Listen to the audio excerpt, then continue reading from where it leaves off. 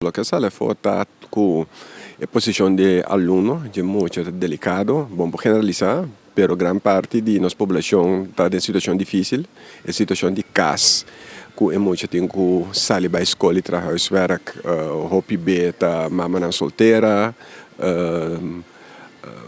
tiki hora, etc. Vamos generalizar, tem grupo também que tem melhor condição na casa. Se está requerido que se vai melhorar a ensinança, logo mesmo fortificar, é maior fortificar a casa.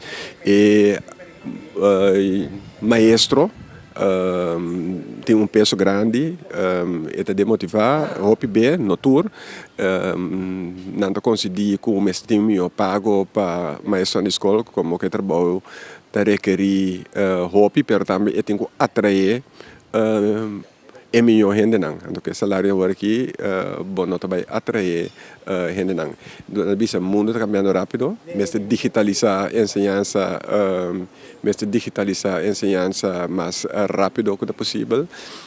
Também bem dilante que a ensinança do hobby feminizar, que a gente muito um rol dominante da ensinança, etc. Que a gente homem, muito homem, não está reconhecendo mais a ensinança, consequentemente está presta muito menos que a gente é muito mulher da ensinança, então mais leu bobai, mas também era que a gente é mais leu da ensinança. Além de bobar dentro da universidade, mas também era riba 60% tá gente mulher. É global, pero dentro do Caribe é tá hobby forte. E outra coisa que a Bindilante tá com e hobby na hora de sair escola, desemprego tá alto, 37%. Do intervalo na hobby beta bisabo que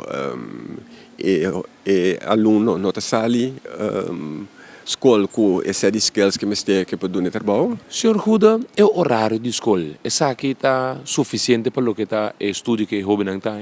O que é bem dilante tá, que dor que tem problema na casa, não deve ser melhor estender o horário na escola, tá abrir.